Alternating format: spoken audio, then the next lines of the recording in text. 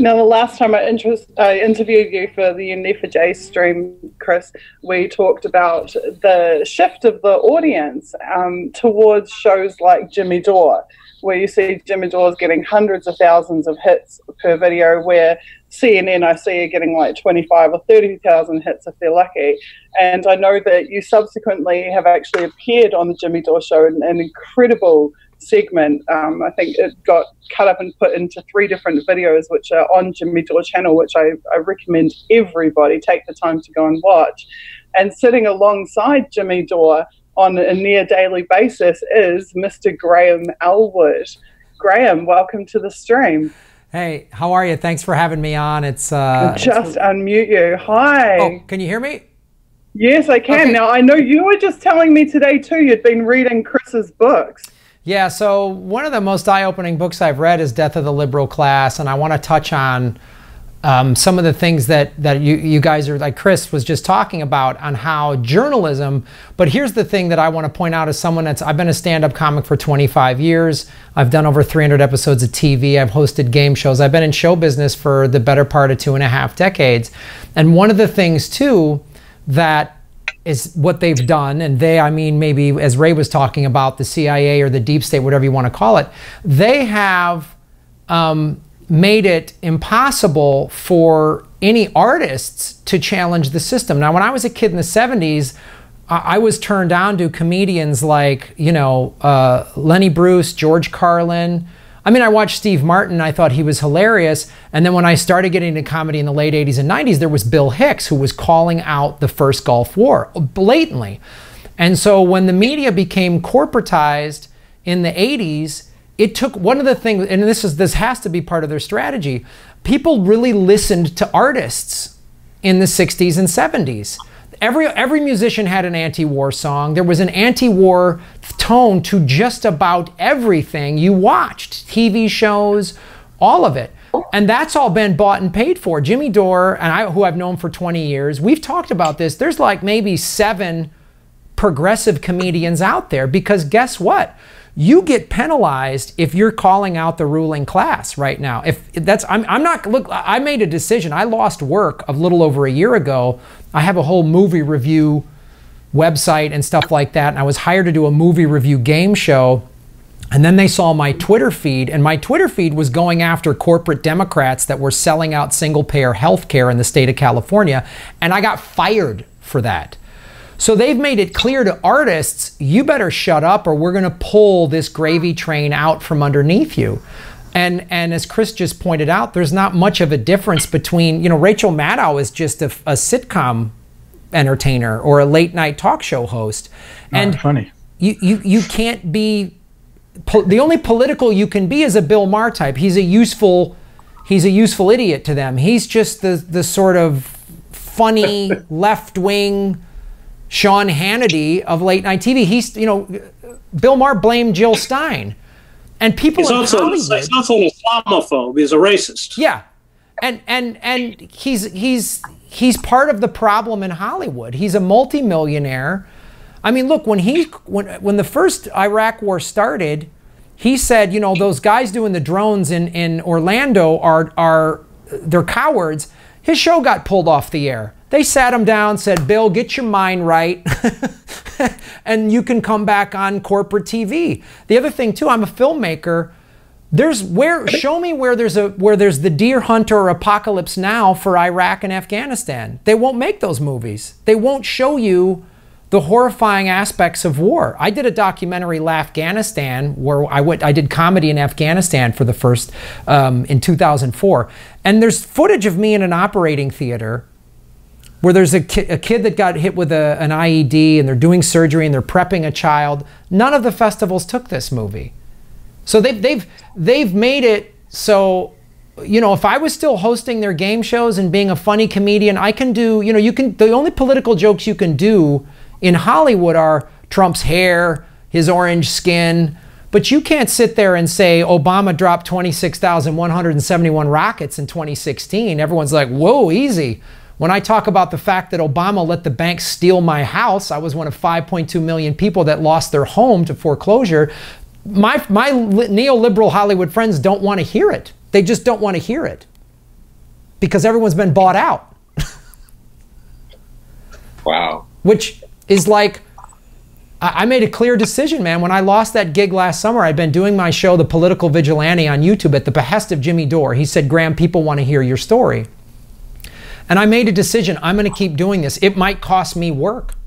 I mean, I've had to start the progressive comedy tour with Ron Placone because regular comedy clubs aren't going to hire me to go in there and talk about that both parties are ridiculous. When I do that in the middle of the country, it resonates with people. We've done shows in red states. We did shows in Arizona, and there were people in the audience who I know were Arizona Republicans. And when I said both parties, they want to keep us divided. They want to keep us red state, blue state. People were applauding. Like, you know, Hedges, you turned me on to who Fred Hampton was, man. Like, I learned about him a month ago watching you on Jimmy Dore's show. And I tell that story to people about the Rainbow Coalition, liberal friends of mine. And they're like, what? They didn't know it existed. I'm from Chicago. And that's why they killed him. Yes. At the age of 21. They put a bullet in his head. He was 24. Yeah, 24. Yeah. They killed him because as long as he was a Panther, they might have killed him. But, you know, COINTELPRO but once he started reaching out and building a real poor people's coalition in Chicago, he was dangerous. Yeah. You can't do that. And I think when it is dangerous. Like if I just, and I have so many friends of mine that are comedians that are smart and funny, and they have huge social media followings. But as was discussed earlier, they're in this, like as I read in the Black Agenda report, it's called Trump derangement syndrome. They've gone bugfuck nuts. I mean, excuse my language, but they're blaming Susan Sarandon. Can you imagine if Hollywood lefties blamed the re-election of Nixon on Jane Fonda? Like, well, and also who are their allies? Right. You know, the FBI, the Democratic Party, Mueller. I mean, once these are the people who are, you know, you've thrown your lot in with, then you should start questioning, you know, where you are, because these people are not our friends. No. And they all work. Look, when people talk about the corporate media, I say they also own, you know, any sitcom, any big studio giving you funding. I mean, Comedy Central, any of the outlets that I would try to get work on, they own all those too, man. So there's no way they're going to hire me. There's no way I could make a, you know, I mean, it's not a coincidence that they stopped showing, you know, Vietnam was when they showed war on TV. We don't see that now. There's no talk of Yemen. If I tried to do a movie about Yemen, that would never get funding. You have to kind of weasel it in, like the last Star Wars movie, the Han Solo movie. There was a whole thing in there about weapons manufacturers are the worst people in the galaxy. And I was in the theater like, wow, they let that sneak in? Like the CIA let that get into this big budget movie? But that's the only way you can do it, is if you sort of dress it up. But you can't flat out say the Trumps, Obamas, the Bushes, and the Clintons are all buddies and they've all been screwing us for decades. You can't say that. You got to pick a side and play their game. It's professional wrestling. Well, the CIA, I learned this from Oliver Stone, they have a whole office in Hollywood, and all they do is reach out, vet scripts, you know, the same way with the military. I mean, that's why you get this horrible, racist film, American Sniper, which looks like something that Goebbels would have produced. But, you know, the military, and then they'll lend you all your equipment and or Zero Dark 30. There it is. The CIA got its own movie with a completely fictitious account of how Osama bin Laden was captured and killed. So yeah, it's pervasive. It's academia, it's entertainment, it's news.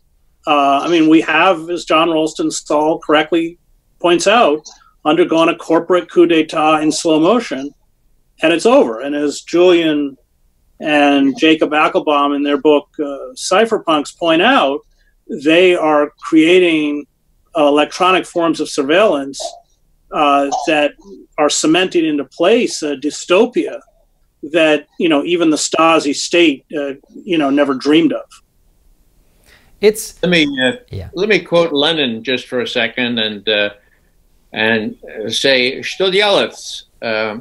What are we going to do? So you're quoting Vladimir, not John? No, not John Lennon. We know what he wants to do, and I agree. But Vladimir Lenin, or whatever you want to call him, he wrote this tract and it says "Что делать?" That means exactly what is to be done. And I find this conversation very enlightening, frankly. But I keep being bothered by the notion that, hey, we still haven't really faced up to how we can get around this, get over it, or well, certainly we're not going to acquiesce in it. Certainly we're not going to throw up our hands and say, oh, God, this is really awful. No, what are we going to do? Что делать? Well, large campaigns of non-cooperation to cripple and destroy the system. I'm not saying that we're close to it, but that is the only mechanism we have left. And again, as Joe's pointed out, you see it in the streets of Paris. Yeah. We don't have any other mechanism. We haven't even talked about climate change, which is now accelerating at a pace that even the most pessimistic climate scientists never predicted. And these people will drive the human species over a cliff for short-term profit. They are so myopic and so stunted, as the late rulers of any empire are. Joseph Tainer writes about this in The Collapse of Complex Societies. No, we have to build movements to wrest power from their hands. And if we don't do it soon, I mean, quite literally, the human species will go extinct. I mean, climate scientists, the reason they're so terrified of going above 2 degrees Celsius is because of feedback loops. And they know from studying Venus, which used to have water and is now 800 degrees, exactly how feedback loops work. So once your polar ice caps are gone, once the temperatures rises to such an extent within the oceans that they become dead zones, once the monster storms and the flood, I mean, everything starts feeding off of each other. And then it's a runaway freight train. You can't control it. And they've done mathematical models, which should be disseminated more public. They should be more publicly discussed than they are. They're hardly discussed at all, which have anywhere between a 70% die-off and a complete extinction of the human species. And these are the people who have our fate in their hands. And we have no time left. And they are not reformable. They are systems managers. I will draw on my training as a divinity student who serve systems of death, quite literally. And if we don't obstruct and wrest power from them, and that means overthrow and it means revolution, we're finished. We're completely finished. Yeah, it's the one thing that's giving me hope is I'm starting to see more and more people waking up to seeing, like, Jimmy Dore go from 2 years ago 100,000 subscribers to 400,000 subscribers on his YouTube channel, to see people gravitate to my show, and more people such as myself of waking up. I'll admit, I was probably your typical neoliberal Hollywood person. I voted for Obama twice. I thought he was going to hope and change. And when he started drone strike in the Middle East, I didn't really speak up as much as I think I should have. And now that's over. And I think that's the one good thing I'm seeing from Trump is we're seeing the most vulgar version of what presidents have been doing. I always say Obama, when he sent, his drones were better because they had rainbow flags on them. And so I think people are waking up to the fact that the whole system's broken, and they're starting to wake up. When I see the March for Our Lives, when I see those high school kids, and you poll that age group, 60–70% of them are calling themselves socialists because they're just like, I saw the capitalist system take my parents' house and they lost their retirement and they lost their jobs to globalization, so I'm out. That's the thing that at least gives me some hope. I agree totally, Chris, that people have to really walk out. Like I always say, you can't have your protests on a Saturday. You got to do what they're doing in France, which was 2,000 coordinated protests a couple weeks ago, and we need to do full-on walkouts, because look at what I'm pointing to this positivity in the sense that, and maybe I'm overly optimistic, but look at the, what was it, 3 red states where they had teacher strikes, and they struck in red states, and they won a lot. I mean, it wasn't like groundbreaking, it wasn't, but that to me was like, if you can strike in a red state, and then I hear the DSA is opening up more chapters in the state of Texas than any other state, I go, I think people are ready, and I think it's what you talked about earlier. We need to get, we need to cross the divide and do what Fred Hampton did and say, look, we're all screwed. We got to get rid of this red state, blue state business, and we got to go, there's them, the 1%, and then there's all of us, and we're all getting screwed on this because, as Susie said earlier, poverty and people being out of work, there's that transcends every demographic. Graham, what you just said about Jimmy Dore is what gives me hope, because the political shift across the world has been in the wrong direction, by and large. Is there a cultural shift in a good direction? Like, and the other thing, this is actually a question I'd like to ask every single person on the panel individually. Graham, you just sat there and explained to us that there is no incentive, whatsoever for you at a career or an economic level to make the moral choices and ethical choices that you are in doing what you do, but you still do it every single day. And I want to know, why is that?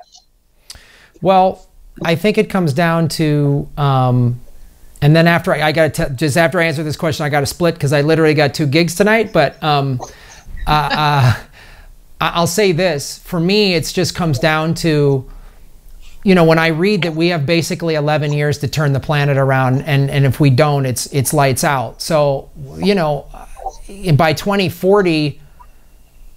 What am I going to sit there and do in 2040 and go, well, I got a lot of good corporate TV gigs because I didn't buck the system while I'm sitting there floating in my apartment because LA's underwater? I mean, like, I have no choice, in my opinion. And also, fortunately, the thing that I've seen in my 20-some-year career is that the corporate media controlled everything when I started. Now it doesn't.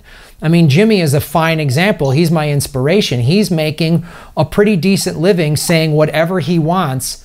It's just not on NBC or ABC late at night. He's doing it from his home, and people watch all over the world. So, there's these Patreon, YouTube, all these things that I use for my show. They didn't exist when I started being a comedian in the late 80s. So from a financial economic standpoint, there's ways to keep my lights on in my 1-bedroom rent-controlled apartment, thanks to Obama letting One West Bank steal my home and not prosecuting Steve Mnuchin when Kamala Harris was Attorney General of the state of California, that I can pay my bills and still make a living. And so there is an economic structure in place for us to work. And also morally, I just have to do it because I have to be able to look myself in the mirror. Well done. Thank you so much for being here, Graham. Thank you. I deeply appreciate your support. And Jimmy's been here multiple times too on our streams. He's been an absolutely fantastic supporter. So thank you so much, and good luck at your shows tonight. Thank you. Nice to talk with you, Chris, and everybody. This was really cool. Yeah.